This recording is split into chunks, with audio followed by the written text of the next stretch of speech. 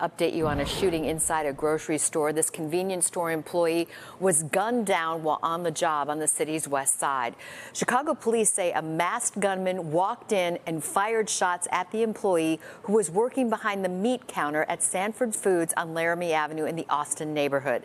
NBC5's Nguyen working the story for us. She's live tonight at the 15th District Police Station with what she's learned now about the victim. V.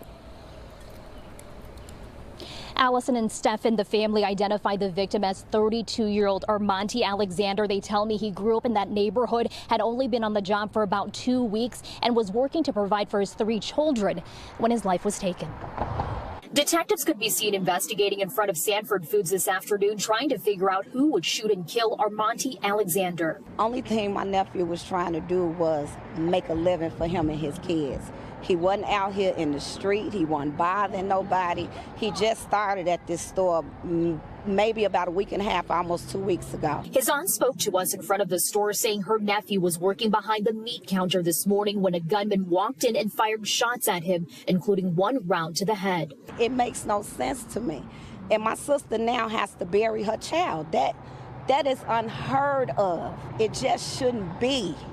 It just shouldn't be. Paramedics rushed Alexander to the hospital where he died. Family says Alexander was the oldest of 3 and had 3 children, the youngest being 2 years old. Big on family, love his kids, us spending time with one another, enjoying life, making sure he did the right thing. The baby had started going to church, getting himself together. He was going to surprise his mom because he was due to get baptized next week. Chicago police say the gunman took off and provided no description of the suspect. The store manager says they have surveillance cameras, but it was not recording at the time. Alexander's family pleading for anyone with information to come forward. Was it worth it? Because now my sister now has to bury her child, and you took my nephew from his kids. You done tore a family apart.